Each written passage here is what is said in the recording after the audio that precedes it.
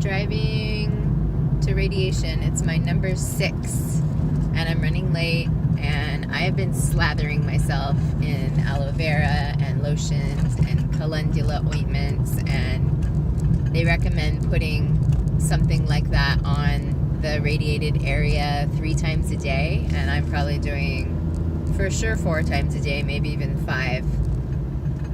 I am doing everything I can. I just got some aloe vera leaves as well today, and I'm eating some aloe vera, fresh aloe vera, which is really nice. I'm just doing everything I can to really protect my healthy cells, protect my heart, protect my bones, and protect my skin. I mean, I care about my skin, but I care more about the health of my bones and my heart and things that could get permanently damaged by this process of radiation. So I found out also, I spoke to one of the doctors, and I'm getting 5,000 rads of radiation, which is apparently the normal amount for somebody going through breast cancer radiation. And then I looked to see, it's 200 rads a day for 25 days. So I looked to see what were lethal doses of radiation. I mostly asked that question because I wanted to make sure that I was getting, I was within the realm, and I wasn't getting, some outrageously higher amount than what they would normally give, or outrageously lower amount. So I can't remember. I feel like I should look it up again because I keep telling people, but a lethal dose of rads in one go is something like, it might be like 8,000. I think getting 5,000 all at once, like at one time, would severely injure and damage a person. But they figured out that they fractionate it, if that's a word, and they give it 200 per day with a break on the weekend. So I'm actually feeling a lot better about it. I'm only 1 week in, and let's see where I'm at in 2 weeks. Or 3 weeks for that matter, but I'm feeling a lot better about it, having spoken to the radiation oncologist, and also just realizing, basically, if I'm doing everything I can in the background to help mitigate the effect on the bones and the healthy cells and my heart, and believe me, I am, ginseng, I've got like so much stuff in my arsenal, then I'm gonna be okay. Like, I'm just trying to detox the effects, not the cancer fighting effects of the radiation, but all the other effects. So I feel like if I'm doing that, and God, I lost my train of thought. I do that now so much. Then the radiation, then basically I'm just gonna have a really bad sunburn, and I can live with a really bad sunburn, even if it oozes and weeps, as they say, like gets all weepy and gooey, which sounds horrible. But I can kind of feel it now. I mean, after 5 treatments, I just feel this sort of like heat, as though I was out in the sun too long. So I'm imagining it's going to get a lot worse. Well, it will get a lot worse. He assured me of that. And it'll probably be uncomfortable, but I can live with that. So anyway, the short is that I'm taking so many supplements. I kind of want to make a whole list of what I'm taking and share that with people, because I have done a lot of research. So here I go, radiation number 6 coming up. I'm really surprised I'm in a good mood. I had my 6th treatment, and I wanted to put a pillow under my back, and it didn't work out. It was a really small pillow, but they went to go take the films, and I guess it was interfering with my lung. So I was lying there, and it was taking a while, but I didn't actually feel agitated. I was doing my self-affirmations. I've just been telling my body, I love you, thank you for keeping us strong, we can do this, we're going to make it through, this is all going to be worth it. And I just sit there and tell myself stuff like that over and over.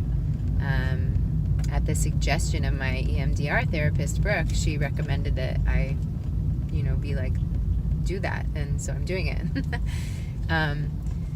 But yeah, I actually just I feel like getting an understanding of it all, like looking up all the radiation information and then fortifying myself in this way, I actually feel more empowered about it all. At first I wondered, like, would it what's it going to do for me to know how much radiation I'm getting? Like, is that worth knowing, or is it just going to freak me out? And I feel, knowledge is power. I don't know, but I do feel like being aware. I'm not one of those people who doesn't want to know anything. I know they tell me people are like that, and I think, wow, that is definitely not me. I want to know everything. I mean, I'm interested in it personally and also impersonally. I mean, it's fascinating that we put radiation into people's bodies, and it kills things, and they live. And I mean, the whole thing is really quite fascinating. And it's brought up Hiroshima and Fukushima as well. We were talking about that yesterday, and the things that people did to eradicate radiation and detox themselves and stuff. So there's a lot of data out there. But I'm just feeling grateful that I feel like I've turned a corner. We'll see if it lasts and how it goes, but right now I have a lot to be grateful for and celebrate. So number 6 is done. I mean, there's also something to be said for the fact that I know I'll never do radiation in this part of my body anyway. I mean, if I were to end up getting cancer someplace else, it's very possible that I would do radiation in some other part of my body, but it's not recommended to do it in the same part anyway, so I won't, and I don't see that happening. So I have an ultrasound tomorrow for, is it tomorrow?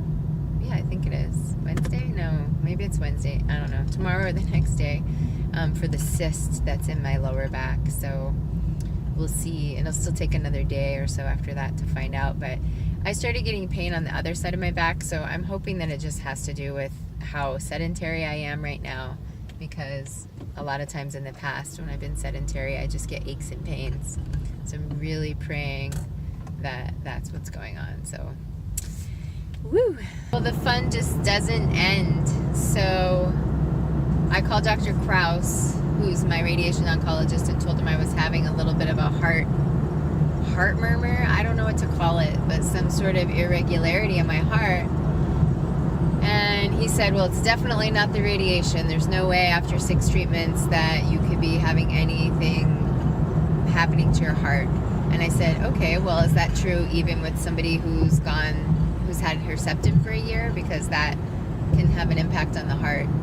And he said, basically, I don't think so, but you should speak to your medical oncologist, who I called the office, and he wasn't there, but his counterpart was there, and she's like, well, you should go to ER. And I'm like, oh, great, I don't want to go to ER. ER is a hassle. They said if there's anything going on with your heart, you don't want to take any chances, which I agree with, but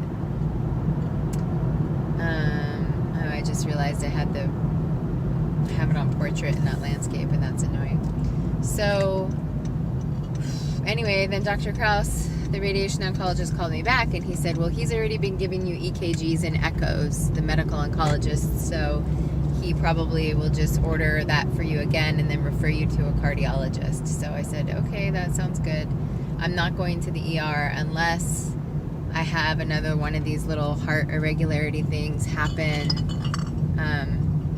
quickly, like another one tonight. If I have another one tonight, I'll consider it. Or if something else out of the ordinary happens, then I will. But he said if you go to ER, they're probably just going to do an EKG or an echo and then refer you to cardiology. There's really not a lot they can do. So it's a little frustrating that, well, I don't know. I guess this is the world I live in. I live in this world of, what's going on. I have to be concerned about everything that happens. And then he said, what about this cyst in your back? And I said, well, I'm getting an ultrasound tomorrow. And he's like, well, we're going to need to biopsy that. And I said, well, let's see what the ultrasound says to determine if we need to biopsy it or not. So, and then I explained that I've had it for a long time. So I just need to breathe, take some deep breaths, do what I can. I'm really glad that I feel at peace and grounded, and I'm not really too worked up over it. I mean, it's a little scary when it happens, because I think, God, am I having some cardiac arrest or what? It's I don't even know how to describe what's happening. It's just like a 1 or 2 seconds of some sort of like spasm or irregularity or my heart stops or arrhythmia. I mean, I don't know. How do you really identify something that happens so quickly? You know, like what was that? So this is the world I live in right now.